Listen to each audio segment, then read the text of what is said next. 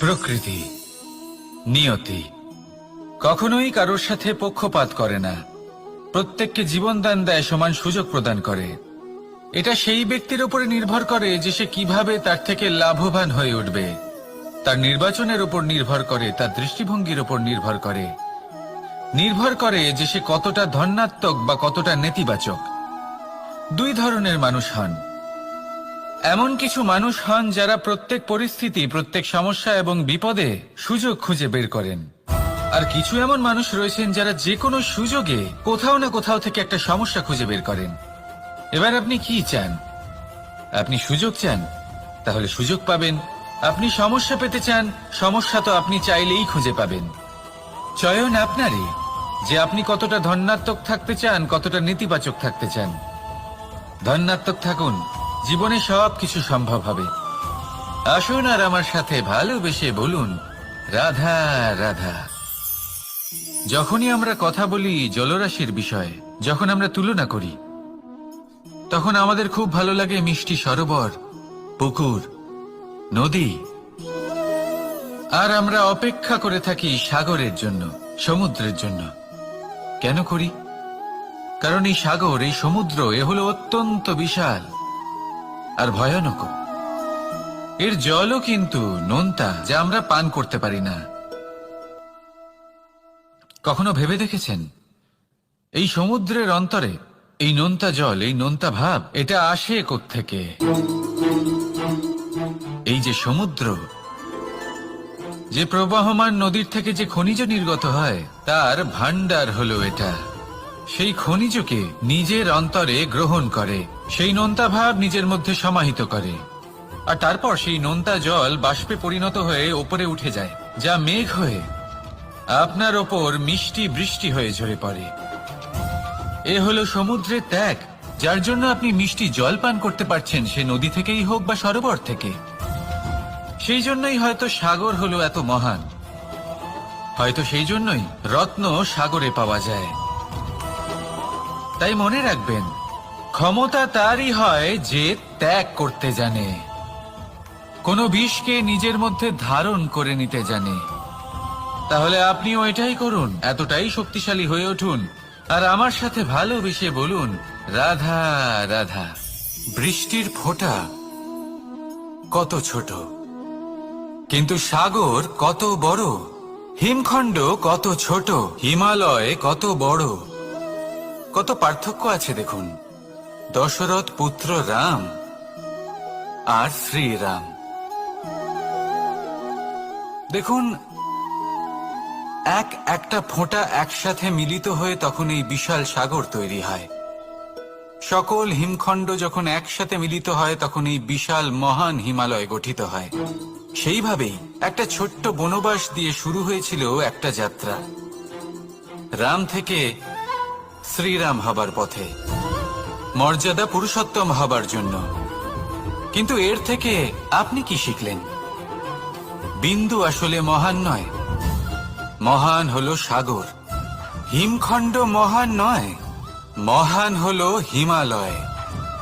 অর্থাৎ কোনো মহান কাজ করার জন্য বা মহান হবার জন্য আপনাকে আরম্ভ করতে হবে ছোট থেকে। একটা অত্যন্ত সরল কিন্তু একটা গুরুত্বপূর্ণ কথা আমি আপনাকে বলতে চাই। দেখুন, আরম্ভ করার জন্য প্রথমেই আপনার মহান হবার কোনো প্রয়োজন নেই। কিন্তু হ্যাঁ, মহান হবার জন্য প্রথমে আরম্ভ করা অত্যন্ত প্রয়োজনীয়। আপনি যদি শুরুই না করেন, তাহলে কখনো মহান হতেই পারবেন না। প্রকৃত নিষ্ঠা দ্বারা আরম্ভ করুন। আপনার পদক্ষেপ, আপনার কর্ম যতই ক্ষুদ্র হোক না কেন, তা করতে থাকুন, নিরন্তর চেষ্টা করতে থাকুন। তারপর দেখবেন এই যে মহানুভবতা নিজে পথ চলে আপনার কাছে আসবে। তাই আপনি এটাই করুন আর আমার সাথে ভালোবেসে বলুন, রাধা রাধা। কোনো প্রাণী, মানুষ অত্যন্ত চঞ্চল হয়, একদম জলের মতো। জলও অত্যন্ত চঞ্চল, অত্যন্ত উৎসুক। জল সবসময় উৎসুক হয়ে থাকে আকাশের কাছে যাবার জন্য। সেই জন্য সে নিজেকে জ্বালায়, বাষ্প হয়, আর আকাশে পৌঁছে মেঘে সমাহিত হয়ে যায়। তারপর সেই জল উৎসাহিত হয়ে থাকে যে ও কবে বৃষ্টির ধারা হয়ে মাটিতে ঝরে পড়বে। প্রখর বায়ুর বেগ সহ্য করে, তারপর মাটিতে ঝরে পড়ে। এটা জল কিভাবে করতে পারে? তার উত্তর হলো এটাই যে জল যাত্রার উদ্দেশ্য আর মাহাত্ম্য বুঝতে পারে। আর সত্যি বলতে এই যাত্রা কিন্তু অত্যন্ত গুরুত্বপূর্ণ। দুর্ভাগ্যজনক বিষয় হলো এটাই যে মানুষ তার নিজেরও একটা যাত্রা থাকে, কিন্তু সে তার মাহাত্ম্য, তার উদ্দেশ্য বুঝতেই পারে না। সে শুধু ব্যস্ত হয়ে থাকে লক্ষ্য প্রাপ্তির দিকে, কিন্তু জীবনের যে আসল সুখ রয়েছে তা এই যাত্রার মধ্যেই লুকিয়ে রয়েছে। সেই জন্য এই যাত্রা যাপন করতে শিখে নিন, এর আনন্দ উপভোগ করতে শিখে নিন। কারণ যে ব্যক্তি এই যাত্রায় আনন্দ নিতে শিখে যান, আনন্দ উপভোগ করতে শিখে যান, সে নিজের লক্ষ্যে নিশ্চিত রূপে পৌঁছে যান। তাই নিজের এই যাত্রার প্রত্যেক মুহূর্ত উপভোগ করতে থাকুন আর এই আনন্দ সহকারে বলুন, রাধা রাধা। কথোপকথন অত্যন্ত গুরুত্বপূর্ণ। এটা প্রত্যেক সম্পর্কের জন্য, বরং জীবনের জন্য অত্যন্ত গুরুত্বপূর্ণ। যদি কথোপকথন না হয় তাহলে আপনি অপর মানুষকে বুঝবেন কি করে, বা উনি আপনাকে বুঝবেন কি করে? এবার কথোপকথনের দুটি পদ্ধতি থাকে। প্রথম হলো আপনি সামনের মানুষের কথাটা বুঝতে চাইলেন। দ্বিতীয় পদ্ধতি, আপনি নিজের কথা সামনের মানুষকে বোঝাতে চাইলেন। বেশিরভাগ সময় এটা হয় যে এই কথোপকথন ঝগড়াতে পরিণত হয়। কেন এমন হয়? কারণ না আমরা নিজের কথা সামনের মানুষকে বোঝাতে পারি, না সামনের মানুষ আমাদের বুঝতে পারেন। এটা কেন হয়?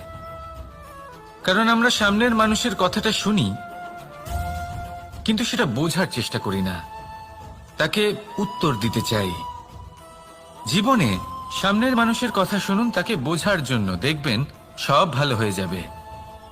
কারণ যে কোনো প্রশ্নের উত্তর আর যে কোনো উত্তরের আরো একটা প্রশ্ন, এটা শুধুমাত্র ঝগড়া সৃষ্টি করে। বরং সামনের মানুষের কথা শুনবেন শুধু তাকে বোঝার জন্য, তার কথা বোঝার জন্য। এই কথোপকথন প্রেমকে জন্ম দিয়ে থাকে। তাহলে আপনিও এটাই করুন আর আমার সাথে ভালোবেসে বলুন, রাধা রাধা। অমৃত আসলে কি? আমরা সবাই জীবনে অমৃত লাভ করতে চাই, কিন্তু এই অমৃত আসলে কি? এ কি অমরত্ব লাভ করার কোনো মন্ত্র, নাকি সামনে এগোনোর কোনো পথ? নাকি অমৃত সেই রস যা অসুর আর দেবতারা সমুদ্র মন্থন করে লাভ করেছিলেন? নাকি সেই ওষুধ যা ঋষি মুনিরা ভ্রমণ করে খুঁজে বের করেছিলেন? অমৃত যদি কিছু হয় তাহলে তা হলো আশা। কখনো কোনো মাতাকে দেখুন, উনি পোষণ করেন এই আশা নিয়ে যে পরবর্তী জীবনে এই সন্তান খুব বড় কিছু করবে, ওনাদের খুব ভালোবাসবে। এবার আগামী দিনে কি হতে চলেছে তা আমরা জানি না, পর মুহূর্তে কি হতে চলেছে তা আমরা জানি না, আগামী মুহূর্তে আপনি জীবিত থাকবেন কিনা সেটাও আমরা জানি না। কিন্তু আমরা অনেক বছরের পরিকল্পনা বানিয়ে ফেলি, সেটা অবশ্য মন্দ নয়। দেখুন,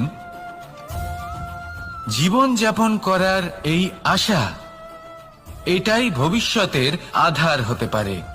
তাই এই আশা হলো গুরুত্বপূর্ণ, তাই একে নিজের সাথেই রাখুন। কথায় আছে যে যে ব্যক্তি নিরাশ হয়ে পড়েন, যার মধ্যে কোনো আশা বাকি থাকে না, তিনি হয়তো বেঁচে আছেন কিন্তু একটা মৃত জীবন যাপন করছেন। তাই এই আশার সঙ্গ কখনো ত্যাগ করবেন না, একে চিরকাল নিজের সাথেই রাখুন। জীবন আনন্দময় হয়ে উঠবে, আর এই হৃদয় তা ভালোবেসে বলবে, রাধা রাধা। মানুষের সবথেকে বড় শক্তি কি? তার বাহুবল, অর্জন করা ধন, নাকি তার পেছনে দাঁড়িয়ে থাকা তার সমর্থক বা প্রশংসকদের দল, নাকি ঈশ্বরের আশীর্বাদ? সেটা কি? মানুষের সবথেকে বড় শক্তি হলো একটাই, আর তা সকলের মধ্যে আছে, আর তা হলো তার নিজের অস্তিত্ব। যা অন্য কারোর মধ্যে নেই। সংসারে অনেক লোক রয়েছেন, কিন্তু কেউ আপনার মতো নন। এটা হলো আপনার শক্তি, এ হলো আপনার নিজস্ব শক্তি। দুর্ভাগ্যবশত বেশিরভাগ মানুষ এটা বুঝতে পারেন না, নিজের শক্তিকে চিনতে পারেন না। কিন্তু যদি আপনি চিনতে পারেন, তাহলে আপনি নিজের অন্তরে অনুভব করবেন একটা অসীম শক্তির অস্তিত্ব। যে সাফল্যের পথে আপনি চলছেন, আপনি দেখবেন যে এই সাফল্যের দ্বার নিজে থেকেই খুলে গেছে। শুধু প্রয়োজন হলো নিজের এই শক্তিকে চিনে নেবার, নিজের এই বিশেষত্বকে বোঝার। কারণ এই যে আপনার বিশেষত্ব, এ কোনোদিনও আপনার থেকে দূরে চলে যাবে না, চিরকাল আপনার সাথে জড়িত থাকবে। যদি আমি বাহুবলের কথা বলি, সময়ের সাথে সেটা চলে যাবেই। যদি কথা বলি অর্জিত ধনের, তাহলে সময়ের সাথে সেটাও চলে যাবে। মিত্র, পরিবার, বন্ধু, আশীর্বাদ, এই সবকিছু আপনার থেকে দূরে চলে যেতে চলেছে, সেটা আপনিও জানেন। কিন্তু এই যে আপনার অস্তিত্ব, আপনার বিশেষ শক্তি যা শুধু আপনার সাথে আছে, তা চিরকাল আপনার সাথেই জুড়ে থাকবে। দরকার হলো শুধুমাত্র এটা চিনে নেবার, নিজের উপর বিশ্বাস রাখার, আর জীবনে এগিয়ে চলার। আপনি যদি এটা করেন, তাহলে সবাই এটা দেখে আপনার থেকে শিক্ষা নেবেন। তাহলে এটাই করুন আর আমার সাথে ভালোবেসে বলুন, রাধা রাধা। জীবনে অনেক সময় আমরা সমস্যার জালে এমন ভাবে জড়িয়ে পড়ি যে আমরা বুঝতেই পারি না যে আমাদের কি করা উচিত, কার সাহায্য চাইবো, কার সাথে দেখা করব, বুঝতেই পারি না। অনেক সময় এমন হয় যে সমস্যা আমাদের থেকে শুরু হয় না, অন্য কারোর থেকে শুরু হয়। অনেক সময় এই সময় এমন খেলা খেলে যে আপনি সেই সমস্যায় ফেঁসে যান। কিন্তু সমস্যা যেখান থেকেই শুরু হোক না কেন, সেই সমস্যার সমাধান আপনাকে করতেই হবে। অনেক সময় মানুষ এমন বলেন, আমার অতীত এত বাজে, সেটা শুধরে কি হবে? এই ভুলটাই তারা করে বসেন। দেখুন, আগে যা হয়ে গেছে, যা শুধুই অতীত, যা সত্য তা কখনো বদলানো যাবে না। কিন্তু এটাও সত্যি যে এখন থেকে সামনের যে পথ, সেটাও আপনার হাতে রয়েছে। আপনি একে ভালোও বানাতে পারেন, খারাপও বানাতে পারেন। তাই আপনার এটা শুধরে নেওয়াই উচিত। কারণ মানুষ আসলে তার নিজের অতীতকে নয়, তার বর্তমানকে প্রভাবিত করতে পারে। এই বর্তমানই পরবর্তীকালে অতীত হবে, যা আপনি শুধরে নিতে পারেন। তাই আপনি সেই চেষ্টাই করুন, নিরন্তর চেষ্টা করুন। ধন্যাত্মক দৃষ্টিভঙ্গি নিয়ে নিজের বুদ্ধি প্রয়োগ করুন, সাহসের সদ্ব্যবহার করুন, যাতে আপনার আগামী সময় আপনি আরো ভালো করে তুলতে পারেন। আপনার সমাপ্তি আর সমাপ্তির পথে এই যাত্রা, তাকে আপনি সুখময় করে তুলতে পারেন। তাহলে এটাই করুন আর আমার সাথে ভালোবেসে বলুন, রাধা রাধা। আমাদের এই বর্তমান আর ভবিষ্যৎকে সুন্দর করার উপায় কি? কেউ বলবেন, আজ নিরন্তর পরিশ্রম করতে থাকো, কর্ম এবং চেষ্টা করতে থাকো। তার থেকেও বেশি গুরুত্বপূর্ণ কিছু আছে, বিগত অতীতের সাথে শান্তি স্থাপনা করা। কারণ অনেক সময় আপনার এই অতীত আপনাকে সামনে অগ্রসর হতেই দেয় না। আর অতীতের এই বিতৃষ্ণা যদি আপনি ভুলতে না পারেন, তাহলে বর্তমানের এই মিষ্টি সুখ আপনি কিভাবে উপভোগ করবেন, ভবিষ্যৎকে কিভাবে সুন্দর বানাবেন? তাই এই অতীতকে ভুলে যান, এর থেকে যা শিক্ষা প্রাপ্ত করার করে নিন, আর বর্তমান এবং ভবিষ্যৎকে আরো সুন্দর করে তুলুন। আর আমার সাথে ভালোবেসে বলুন, রাধা রাধা। কথায় আছে যে নিজে করে দেখো, নিজে অভিজ্ঞতা প্রাপ্ত করো, নিজে শেখো, নিজে জানো। এতে কোনো কিছুই অনুচিত নেই। দেখুন, এমন নতুন কিছু করা যা আজ পর্যন্ত কখনো কেউ করেননি, তার থেকে যে অভিজ্ঞতা আসবে তা না শুধু আপনার জন্য বরং সবার জন্য লাভদায়ক হবে। যারা আপনাকে দেখে শিখছেন তাদেরও এতে লাভই হবে। কিন্তু সমস্যা কোথায় উৎপন্ন হয় সেটা আমি আপনাকে বলি। আমাদের জীবনকাল এতটাও বড় নয় যে প্রত্যেক কাজ করে আমরা অভিজ্ঞতা দ্বারা কিছু শিখতে পারবো। এবার ধরুন, এই যে আগুন গরম হয়, এটা জানার জন্য সংসারের প্রত্যেক মানুষকে আগুনে হাত দেওয়ার কোনো প্রয়োজন নেই। সংসারে অনেক লোক রয়েছেন, অনেক মহাপুরুষ ছিলেন, বিদ্বান লোক ছিলেন, বুদ্ধিমান লোক ছিলেন, যাদের অভিজ্ঞতা দ্বারা আমরাও শিখতে পারি। ওনাদের জীবনকে দেখে আমরাও অভিজ্ঞতা লাভ করতে পারি। যদি এটা করেন, তাহলে জীবন আরো কিছুটা সরল হয়ে যাবে। নয়তো আমাদের কাছে তো বিকল্প রয়েছেই। আগুনে হাত দিয়ে দেখুন, সমুদ্রে ঝাঁপ দিয়ে দেখে নিন, অনেক বিকল্প রয়েছে। সিদ্ধান্ত আপনারই। তাই সঠিক সিদ্ধান্ত নিন আর আমার সাথে ভালোবেসে বলুন, রাধা রাধা। জীবনে যখনই আমাদের সামনে কোনো সংকট আসে, তখন আমাদের সামনে দুটো পথ খোলা থাকে। প্রথম পথ ভয়ভীত হয়ে যাওয়া, দ্বিতীয় পথ সাহসের সাথে তার সম্মুখীন হওয়া। এই দুইয়ের উদ্দেশ্য সমান, লক্ষ্য হলো সমান, আত্মসুরক্ষা, জীবন রক্ষা। কিন্তু ভয়কে দুর্বল মনে করা হয় আর সাহসকে আপনার বল বলে মনে করা হয়। কারণ হলো এটাই যে ভয় তা হলো শুধুমাত্র একটা প্রতিক্রিয়া, আর সেইখানে সাহস এটা হলো একটা নিশ্চয়, একটা প্রতিবদ্ধতা। আর যদি সাহসের সাথে আপনি সংকটের সম্মুখীন হন, তাহলে হয়তো সেই সংকট আপনি চিরকালের মতো দমন করতে পারবেন। কারণ বিপদ যখন আসে তখন সর্বপ্রথম আমাদের দ্বন্দ্ব হয় এখানে, মনে। সেই বিপদের সম্মুখীন আমরা এখানে হই। যদি এই হৃদয়কে, এই মনকে আপনি সাহসী করে তুলতে পারেন, তাহলে তাতে কখনো ভয় আসবে না। আর সেই বিপদের সম্মুখীন হওয়াও সরল হবে, জয়লাভ করাও সরল হবে। তাই নিশ্চিত রূপে সাহস হলো অধিক শ্রেষ্ঠ। জীবনে যখনই কোনো সংকট আসবে, তখনই সাহসের সাথে তার সম্মুখীন হন আর আমার সাথে ভালোবেসে বলুন, রাধা রাধা। আমরা সকলে জীবনে ঈশ্বরের কাছে কিছু না কিছু কামনা পূরণ করেন, তখন আমরা প্রসন্ন হয়ে যাই। কিন্তু যখন ঈশ্বর আমাদের মনস্কামনা পূর্ণ করেন না, তখন আমরা ভাবি, সন্দেহ করি যে সত্যি ঈশ্বর আছেন।